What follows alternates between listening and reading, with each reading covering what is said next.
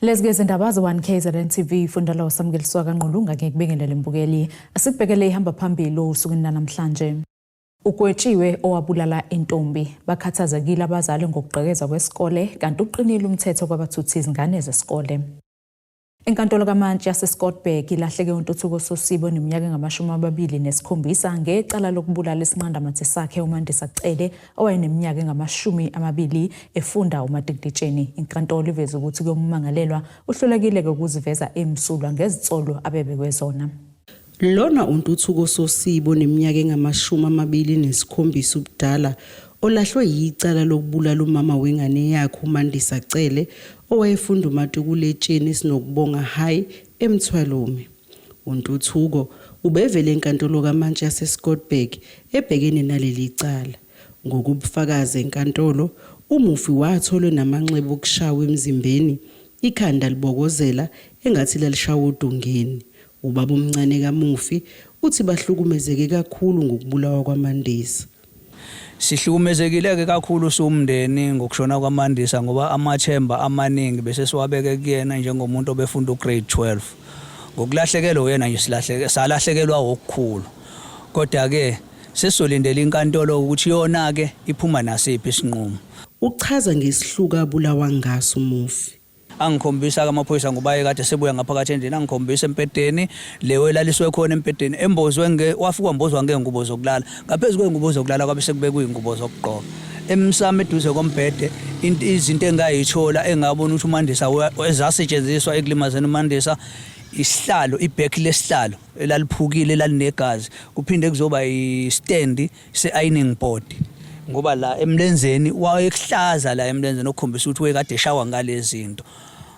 Ikhanda lalibokozela ungazi ukuthi alinamathambo ngathi mangithi ngiyalithinta kwangazi ukuthi alinamathambo indlela welimele ngayo.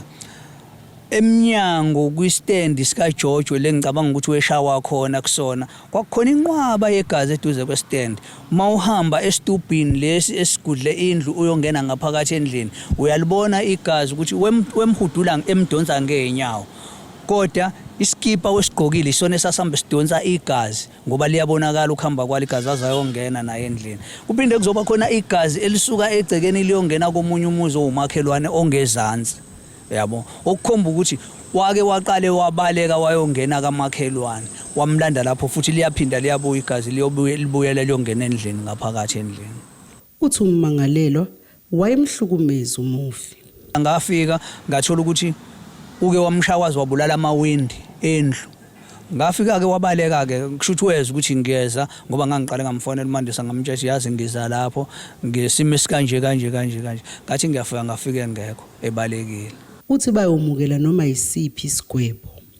Kungaba isifiso sethu ukuthi agwetshwe udili kaJele ngabe isifiso sethu ukuthi agwetshwe into engakanani kodwa leso sinqumo siyoba semantsheni siyokwamukela leso sinqumo thina siyokhishwa imantshi kuphela. Ummangalelwa uzobuyela enkantolo kaMantshi yaseScottsburg ukuzothola isigwebo sakhe mhla zi-5 kwezokwethasa. Lo mbiko beniwethulelwe uZamando Sicele wezindaba ze-1 KZN TV ngisenkantolo eScottsburg. Abazali bezingane zesikole samabanga aphezulu ubuhle bemfundo kwaDabeka eThekwini babambe imashi njengoba ke bekhala ngokuchanasa kwezigebengu kulesi sikole. Bekhuluma ke neziko lezindaba bathi ke esikhathini esingaphansi kweviki lesi sikole singenelwe ke izigebengu amahlandla amabili ngakho bakhathazekile ngokuphepha kwabafundi kanye nothisha. Ukuchanasa kwezigebengu esikoleni samabanga aphezulu ubuhle bemfundo kwaDabeka sekholele ekutheni babambe umbhikisho ubheke emaphoyiseni njengoba bekhathazekile ngokuphepha kwabafundi nothisha emagcekeni alesikole. Sihlukumezeke kakhulu la esikoleni sibe singaqali ngokuhlukumezeka.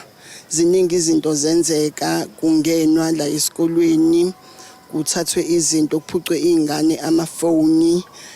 Last year ngoNovember kungenelwa esikoleni kwathathwa amakhompyutha awu-32 namafoni ezingane nezicathulo okusekunzima kakhulu ke.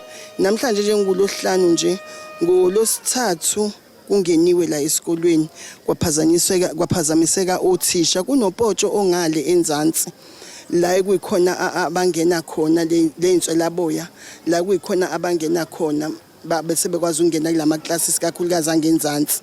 Kwaphinda futhi kwayizolo bangena futhi and abantwana abahlukumezeke ngalendlela kumanje ngikhuluma kunabantwana abasesibhedlela abathuke ngalolu hlobo. Kumanje ekseni nje uthisha omkhulu kade receive ama calls abantu omama besho ukuthi abantwana babo abangeke baze bakwazi ukuthi bangaphumela ukuthi kubeze esikolweni indlela abathuke ngayo. Ngokusho kwabazali, abafundi bezikole ezahlukene endaweni zihlangana kulesikole ukusingatha amaklasi engeziwe, kanti abazali bathi ke lesimo singafaka ke ingebhe kubafundi nothisha abazimisele ngokuthola imiphumela emihle ekupheleni konyaka. Bangena u4 baphume u6. So manje siyabona ukuthi kusho ukuthi konke lokho nanokuthi ke izinga indlela elibaphezulu ngalo lokuphaseni kweingane kukona lokho abaningi izikole njengesithengile bakhona abantwana benza ama afternoon classes basesithengile bakhona basesijoko bakhona abaselanga abenza khona la ekhaya bezolucosha khona lolu lwazi. Kodwa manje ngokuthi masixoxisana nazingane seziyasaba izingane zokuthi azize izocosha lolu lwazi la ngoba basaba lobulelesi obukhona la.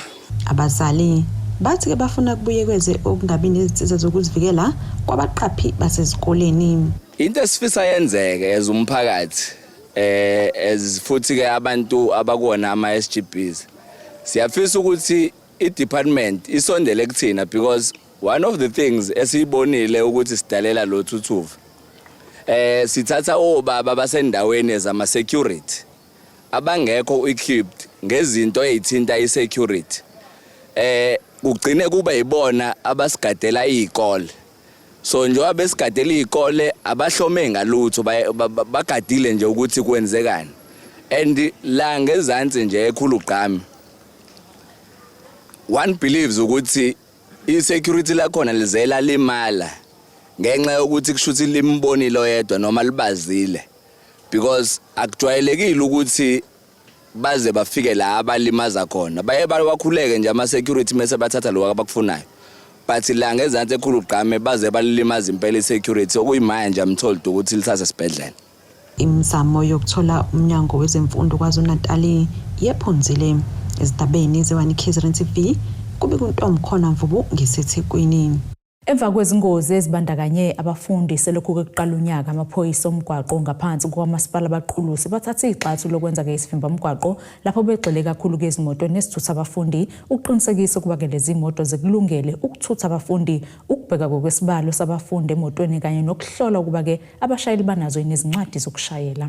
Umphathi wamaphoyisa omgwaqo ngaphansi kamasipala abaqhulusi uThokozani Khoza uthi lokho bakwenza ngenhloso yokuqinisekisa ukuba abafundi bafika bephephile ezikoleni. Sithathe i-initiative yokuthi senze iprogram yokudila sibuke kahle imoto lezi ezilayisha izingane zesikole ezaziwa ngowemungu ukuthi bangomalume. Inhloso yale program ukubuka ukuthi izingane uma ziye esikolweni zitransporteka kanjani, siphinde sibheke mhlawumbe nesimo sazo izimoto lezi ezilayisha zona izingane lezi zesikole, kanjalo futhi nokubuka ukuthi izingane zilayisheka kahle yini in terms of ama overloading nakho konke. So sasesibona ukuthi okungcono asiyenze le program akuyona iprogram ezophela, sizoyenza nje throughout the year ukuqinisekisa ukuthi izingane zethu zifika ziphephile ezikoleni. Uqhube ngokuthi bathola okuningi okungalungile ezimotweni. Esikutholile kule program yethu sitholile ukuthi izimoto eziningi ezisetshenziswayo la ukuthutha izingane zesikolo imoto ezingekho right, even nabashayeli bakhona uthola ukuthi abanye bashayela imoto ngaphandle kwama professional driving permit. Okubalekile ukuthi umshayeli oshayela imoto ethutha umphakathi uyadinga ukuthi abe nayo professional driving permit. So uyafica ke abanye abanawo even ama license. So uyabona ukuthi kushuthi kule program kukhona abantu abawisa ibhola ngenxa yokuthi simele sibambisane siwumphakathi kanjalo nabanikazi beimoto. Ungamqhasha kanjani umuntu ungabhekanga ama documents akhe ukuthi una ukufanelekile yini ukushayela lolo hlobo lwemoto osuke umqhashele ukushayela lona. Kanti ke nabanikazi bamatekisi kushuthi ababacheki ngoba phela uyadinga ukuthi uma unomsebenzi ubheke ukuthi ama documents akhe asesesimeni esiright yini. Ubese veza ukuba lokhu kuzemva kwezingozi ezinyantisa igazi ezibandakanya abafundi. Impela kunjalo umhlonishwa uDuma ongumphathiswa womnyango waba-transport naba-human settlement elinye lamakhwelo lelo ake alishaya ukuthi siyadinga ukuthi siyibheke kakhulu imoto lezi ezithutha umphakathi especially lezi-ke ezithutha iy'ngane zesikolo. Kukhona-ke iprogramu abayiranayo nabo bewu-Department of Transport babheke kakhulu zona le moto ey'subsidize uhulumeni kanjalo nalezi ezingasubsidiziwe uhulumeni. Kanjalo-ke naleya accident-ke le eke yenzeka ngapha ku-province yase-Gauteng iyona nayo ephinde yasinikeza umdlandla ukuthi cha lolu daba asilithathe serious ukuthi iy'ngane zethu zizokwazi ukuthi zifike ey'kolweni ziphephile nabazali nabo bazi ukuthi iy'ngane zabo mayiphuma ekuseni zizobuya futhi ntambama ziphephile. Kubi kuthobe kadladla izindabeni ze1KZN TV ngise-Vryheid. Imeya kumasipala wesifundile Mbothobani Shandu uthi ke basazowuqhuba umkhankaso ithuma mina kuzo zonke izindawo zakulesi sifunda ukuyobhekana ngqo nezinkinga ezikhungethe umphakathi. uShandu namuhla bese Gauteng ehambeleke izindawo ezinezinkinga ezahlukene ezithinta amanzi. Umeya uyachaza ngohlelo lomkhankaso wabo wanamuhla. Namhlanje sila iWard 10 eGrassville sizo ngohlelo la ukuzolegalize ama-illegal connections. Asiqale ukufika kule ward ezomasipala sake safika eminyakeni engaphambeleni sizodila nokudisconnect abantu ababeconnecte illegal. Bazoda sabona kodwa ukuthi okunye kumele sikwenze kumele sivele sibalegalize abantu bese sikwazi ukusiba register ama-account ukuze i-service ingezoku-interrupteka sikwazi ukuregister ama-account ebese sibenza la sibazisana ngenhlelo-ke njengo-rent for rent sibazisana ngenhlelo esinazo eze-indigent for abantu abaqualify for indigent ukuthi bengabhalisela zona bethola amanzi amahhala bengaze bawarobhe amanzi ungaze begcine befika nala ekutheni mhlawumbe sesilokhu esubhana ngokwama-mates amabe sebekolede. Ukuvuzwa kwamapayipi amanzi ukuxhunywa kwamanzi ngendlela engekho emthethweni ingalazinto esiyindala kungezinye zezinto ezenza lo masipala ulahlekelwe imali eningi. Ama-legal connections have costed us a lot njengoba ngisho ukuthi combined ngoba i-HA report le umbiko imali lo ogcina it's over plus minus 105 million imali okuthiwa siyayiluza due to ama-legal connection noma amanzi nje awestekayo nathi mhlambe esingawathola ukuthi aphelele kuphi. Bemsuzule nakumengameli ekhuluma yesterday ukuthi nemali esizoyithola mhlambe ispection sakhe sayizolo ugxile kakhulu on water ikhuluma isikhathi eside kuona and washo wathi imali inzuzo esenza ngokudayisa labantu amanzi kumele sisebenzise futhi ukuthi silungise infrastructure noma iphinde iphakela abantu ngokwamanzi. Kodwa ke na uyazi ukuthi indigent angeke uzoyithola kodwa you should be able to account for that water. No AG should be able to account nake-AG angaze ayiregardise amanzi nje adukayo owawestayo no masipala engawazi ukuthi ashona phi bathola emngeni. Hence ke then kumele siba register abantu babe indigent aba-qualify rent for rent bangene na ku-rent for rent. Amalungu omphakathi athabanga ukuthi umasipala ngeke ubakhokhisi le mali bebeyintshontsha ngokusebenzisa amanzi ngendlela engekho emthethweni. Kuyasijabulisa kakhulu njengoba thina nje sathi mesithola umxhaso njengoba nazi ukuthi umxhaso ohambi nje unganawo amanzi kuba khona amanzi nogesi. Owethu umxhaso aswatholanga amanzi sathola ugesi kuphela. So njengoba besilethela amanzi kuyasijabulisa ngoba amanzi esiwasebenzisayo bekuyiwo lamanzi lawo okutshontsha which kuronga khona lokho. So nje kuyasijabulisa kakhulu. Kodwa Khosibisi bezindaba ze1KZN TV kuChannel 261 ngiseGrassville. Asithishelele edolo sibe siqhubeke nazo indaba zethu.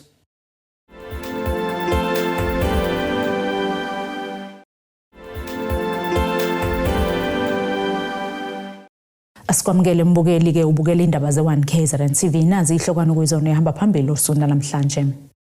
Ukwetshiwe owabulala intombi bakhathazekile abazali ngokugqekeza kwesikole kanti uqinile umthetho kwabathuthi izingane zesikole. Kuqhuqhuzelwe abafundi ukuba bathatheke imikhakha yezolimo uma sebeya esikhungweni zemfundo ephakeme. Lokhu kuhlaluke ngenkathi kunomcimbi okuqomelisa abafundi abenze kahle kwimphumela yamatikletsheni emtobadoba. Emva kokusebenza ngokuzikhandla kothisha nabafundi bamatikuletsheni, umasipala inkosi uMtubatuba enyakatho nesifundazwe KwaZulu-Natal ubone kufanele ukuba ubabongele ngokusebenza kwabo ngokuzikhandla. Ushampeni wesifunda uMkhanyakude uThembeni kaMadlopha Mthethwa ugqugquzela abafundi ukuba bangasabi ukuthatha izifundo zolimo njengoba lo mnyango unezinhlelo zokusiza labo bafundi abazokwenza izifundo ezithinta ezolimo. Ubasemqoka kwaloko ayikho into enhle nje ukuthi kuzothiwa kubantwana siyabonga. Futhi kuloko kubonga akusiko nje ukusho ngomlomo bakusho nangezenzo. Kunemklomelo eminingi eya ezikoleni iyena kubafundi okugqugquzela imfundo ngoba ikusasa lezwe lethu ikusasa la indawo yaseMtuba likubafundi. Ngibona ngazuthi izikole sezivuliwe belongilindile nje ukuthi khona enofunayo ngoba nginezikole ezimbili mina eziqeqesha ezolimo okuyinkosi Owen Sithole College kube isidara manje kungaba khona lapho ovuka umoya nalana nje namhlanje ngithi ngenzela ukuthi bezwe labantu abala ningathola izingane ezimbili nje hayi ngayinika manje amabhasari nginike nesikole manje. Imeya lo masipala inkosi uMtubatuba uMxolisi Mthethwa uthi bazolokhu beqhubekile nokubonga labo bafundi abasebenza ngokuzikhandla ukugqugquzela nalabo abalandelayo. Lo mcimbi ubusingathwa kwesihlanu kulonyaka usingathwa kulomkhandlu inkosi uMtubatuba. Oka 5 lo nyaka njengoba sila uqikelela ukuthi ngempela abantwana bakithi siyasondela kubo uma ngabe sebenze kahle. Hayi ngoba inhloso ukuthi nje sincoma kakhulu laba abasuke benze kahle nalabo abanye abangenzanga kahle siyabahambela ezikoleni siyokhuluma nabo ukuthi abantwana iziphi indlela abangasizakala ngazo. Kanjalo futhi sibe nama programs okubalekelela la sekufanele bekhethe khona imikhakha abazoyoyifundela ematheshari. Kanjalo futhi sibalekelele namhlanje nje sizolekelela abantwana abawu50 ngemali ezokwazi ukuthi bayoregister abanye futhi bekwazi ukuthi bekhokhe izikweletu ezibabambela ukuthi bengakwazi ukuthi baqhubeke. Inkosi esizwe sakwaMpukunyoni eMtubatuba ituse kakhulu umcimbi okukomelisa abafundi yaphinde yanxusa ukuba abantu bagweme imbhikisho egcina iphazamisa ukufunda nokufundisa ezikoleni ezakhele indawo yaseMtubatuba. Ngithi abantu bonke abana abaneyinkinga ezithinta izikole abafunde ukuthi bekwazi ukuthi nabekhulunywe ikhona yonke iminyango ekwazi ukuxhumana nabantu noma nemphakathi engalekelela kunoma ngabe yini esuke ithinta izikhalo zabantu ukuze lonke inkinga lo ilungiseleke. Sibonge nje nanokubhala kahle kwangoMatric ngonyaka odlule. Lapha umasipala uphinde wakomelisa okanye wakhukhela labo bafundi abaswele imali yokubhalisa ezikhungweni zemfundo ephakeme kanjalo nalabo bafundi abakweleta izikhungo. Ezindabeni ze-KZN TV kubikuthi Maphumulo eMtubatuba. Nakuba-ke iseyinkinga yamanzi kuzwelonke iminyaka kamasipala uMzinyathi uThembisile Mchunu uthi-ke kuyisibophezelo sabo njengomasipala wesifunda uqinisekisa kuba umphakathi uyawathola amanzi. Lokhu kokusho ngesikhathi ezokwethula ngokusemthethweni osonkontileka abazokwakha-ke isiphehlimanzi ephinde inikele ngamathangi emawadini amane ngaphansi kumasipala endumeni. Imeya kamasipala uMzinyathi uThembisile Mchunu uthi kuyisibophezelo sabo njengomkhandlu wesifunda ukuba benikele ngamanzi emphakathini. Sizibophezele kakhulu siwumkhandlu waseMzinyathi ngokuthi abantu bethole amanzi. Senza-ke njengoba sila namhlanje siqhubeka nakho ukuzibophezela kwethu ukuthi futhi siye ebantwini sibazise ukuthi sizokwenza njani ukuze bethole amanzi. Singazibophezeli njengomlomo kuphela kodwa sikwazi ukubacacisela ukuthi khona kuphi esizokwenza ukuze bekwazi ukuthola amanzi. Njengoba silana-ke namhlanje besizothula usonkontraka endumeni ozobalekelela ngokuthi bethola amabhoholi. Amabhoholi siyazi ukuthi usizo lwesikhashana akulona usizo olu-continuous kodwa usizo lwesikhashana ukuthi nje bekwazi ukuthola amanzi. Siyazi ukuthi khona amanzi eza ngebulk ukuthi bewathole bonke ngendlela efanele. Uqhube ngokuthi lo msebenzi udle izigidi eziyisishagalolunye zamarandi. Umsebenzi esiwulethela namhlanje uthathe 9 million. Manje imali enkulu kabi leyo ongafanele ukuthi umphakathi mangabe usuthola imali engaka uphinde futhi kube yiwona owenza ivandalism. ngakho siyawunxusa kakhulu umphakathi ukuthi njengoba kuzowenziwa lo msebenzi uzoqala yebo amathuba omsebenzi bazowathola ngesikhathi bethola amathuba omsebenzi lawo mathuba omsebenzi bazobe benza umsebenzi wabo ongasesiwona owethu esomasipala kodwa sekuwabo sekufanele konke lokho akuzokwenziwa la bakuphathe njengezikhali zamatungwa bekuphathe kahle bengavandalize ukuze sikwazi ukuqhubeka ngoba sebuyisele emuva kudinga ukuthi futhi siyoqalela phansi sifune enye imali isikhathi sihamba sofuna imali ukuze sikwazi ubalekelela futhi kanti obethamela lo mcimbi uthi bebephuza amanzi kanye nemfuyo shuthi mina ngifuna ukusho nje ngifuna ukubonga kakhulu umasipala wethu indlela akasilekelela ngayo ngoba amanzi awekhe umhlaba wonke kodwa basikhandlile kakhulu ukuthi sikwazi ukuphuza ngoba bekunzima singakwazi nemonto lezamanzi ke zingafiki sitho sesiphuza amanzi angaphephile angahlanzekile sigeza abantwana beyikoleni uzubona ukuthi umntwana kufanele kumlovisa esikoleni ngenxa ukuthi amanzi awekho asibonge kakhulu nje abahlonishwa bethu omeya bebonke bomzinyathi sibonge kusilekelela engathi impela kungaba inqubekela phambili ngoba sike sabhekana nomzima kakhulu impela nje ubona ukuthi sidlu indongo la kuphuza khona inkomo njengaka ward 1 nje besiphila kanzima ake ngithi nje siyabonga uNkulunkulu akabapha amandla kakhulukazi nje yazise ngiyabuka nje ukuthi imeya zethu ngendlela ezikhandla ngakhona akusho ukuthi yithi sodwa besingenamanzi baningi abantu abebengenamanzi kodwa imzinyathi uyayikhandla kakhulu ngokuthi sikwazi ukulekeleleka kubi kuthobe kadladla ezindabeni ze1 KZN TV ngisendumeni Ungqongqoshe omnyango wezamaciko namasiko kwaZulu-Natal uMntomuhle Khawula uncomeke amagalelo emsakazo ngokudlulisa umyalezo kanye neqhaza elibambayo ekuthuthukiseni kwamakhono ehlukene uKhawula ukusho lokhu njengoba bekubungazwa usuku lomsakazo olugujwa umhlaba wonke iWorld Radio Day Ungqongqoshe wezamaciko namasiko uthi kimsakazo idlala indima enkulu ekudluliseni ulwazi ixhumanise imiphakathi nohulumeni lenhlaka nje ezahlukene ngesihlelo zentuthuko nokunye okuningi.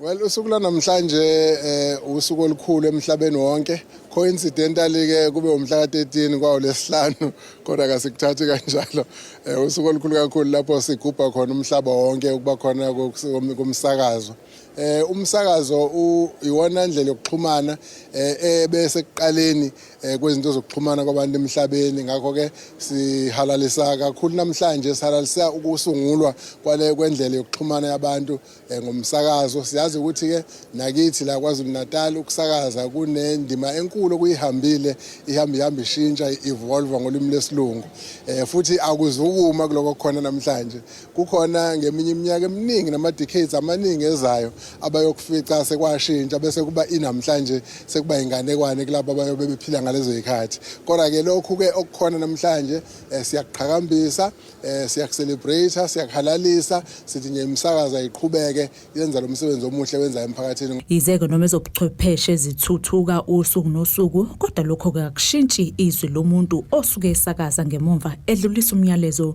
ngakho ke imsakazo isikhiqize amathuba amaningi emsebenzi abantu ke abaqala kuyo lemsakazo bagcine ke sebesebenzela iminyango uhulumeni kanjalo ke nezimboni ezizimele kodwa ke futhi nakona ke ubuchwepheshe besikhathi samanje ngithi mangikhuluma ngasho ngathi lezi zinto azingabi icompetition angabe umqhudelwano kodwa azibe ukusizana ukunikezelana zicomplementane iAI kanye nezwi lomsakazi akucomplementane ukuze kuthuthukise indlela eningi yokuxhumana kwemphakathini uma ubheka lapha emphakathini kwi-public sector na kwi-private sector kuhulumeni nasezimbonini baningi abakhule embonini yokusakaza base bezithola sebeba semsebenzini eminingi ehlukahlukene lapha yakahulumeni nakhona ezimbonini ezizimeleyo ngakho ke ungakusho ukuthi imsakazo enhlobonhlobo ehlukahlukene ya lona lonke uhlobo ungayibiza futhi nange training ground yabantu abazokhula benze umsebenzi emkhulu kakhulu lapha yangaphandle kwi-public na kwi-private sector ukuthuthuka kwezobuchwepheshe kakhulukazi ukusetshenziswa kwe-artificial intelligence AI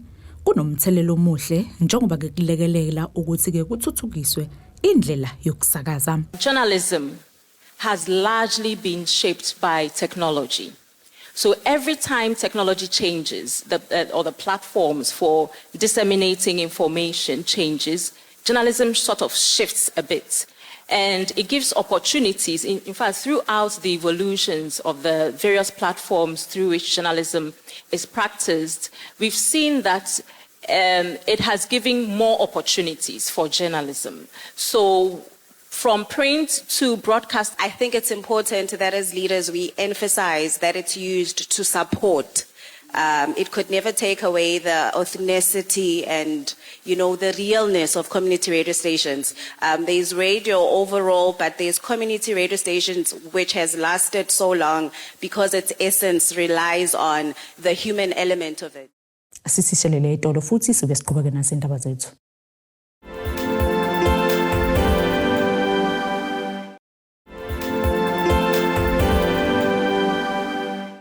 Asiphinde ke sikwamukele imbukelo sabukele zona indaba ze1 KZN TV sikukhumbuze ke ebekuyizona ebehamba phambili osukwini la namhlanje. Ukwetshiwe owabulala intombi bakhathazekile abazali ngokugqekeza kwesikole kanti uqinile umthetho kwabathuthi izingane zesikole. Ake sibheke ngosini yezomnotho. Irandi lakuleli liwu-16.03 maqhaziso nedola lasemelika libe u-21.79 maqhaziso nopondo waseBrithani libe u-19 maliqhathaniswa ne-euro lase-Europe igolide lona belu-$4,958.98 i-ounce olongahluziwe wona u-$67.52 umphongolo. Ake sibheke ngosini yezemidlalo. Iqembu leKaizer Chiefs limatasa-ke namalungiselelo omdlalo wokugcina kaGroup C weCAF Confederation Cup edinga-ke kuwona iphuzu elilodwa ukuze ikwazi ukuba idlulele kuma-quarter final eConfederation Cup.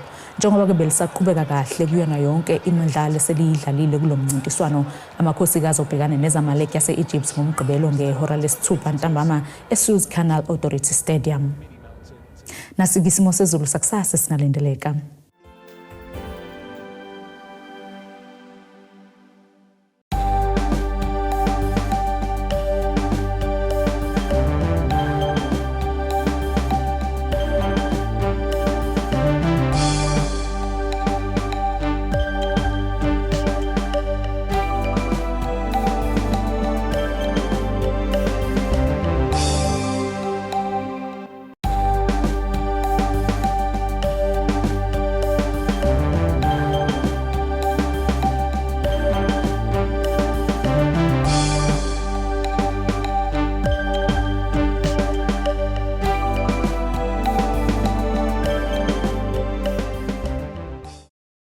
Bukeliza goqo besikuphathele zona usuna namhlanje nenawe ke sophinde sihlangane kusasa futhi ngazi isikhathi esifanayo nisale kahle. Abethuli bethu bezindaba baxhaswe iThulis Bayview Bridal. Ungabashayela kulezi zinombolo ezivelile.